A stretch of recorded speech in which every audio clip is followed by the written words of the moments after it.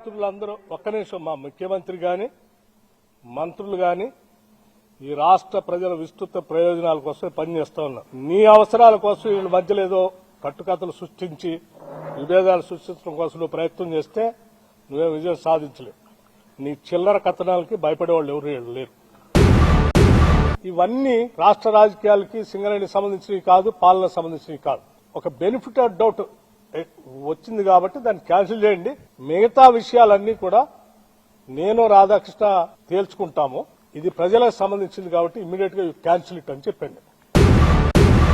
నేను ఈ బాధ్యతలో ఉన్నంత కాలం ఏ గద్దల్ని, ఏ దోపిడీదారుల్ని, ఏ వ్యవస్థీకృతమైనటువంటి క్రిమినల్స్ ని తెలంగాణ ఆస్తులపైన గాని తెలంగాణ వ్యవస్థలపైన గాని నేను పడలేను. I will be keep protecting those things. I will stand for that. ఆత్మగౌరవంతో బతుకుదామని, బతకాలని, ఆత్మగౌరవం లేకుండా ఈ సమాజాన్ని దోపిడీ చేస్తూ హింసిస్తున్నటువంటి వర్గాలకు వ్యతిరేకంగా నిలబడి ఆ వర్గాల ఆత్మగౌరవాన్ని సాధించి పెట్టడానికని రాజకీయాల్లోకి వచ్చా. I also live with the same self respect. I don't bend for anything.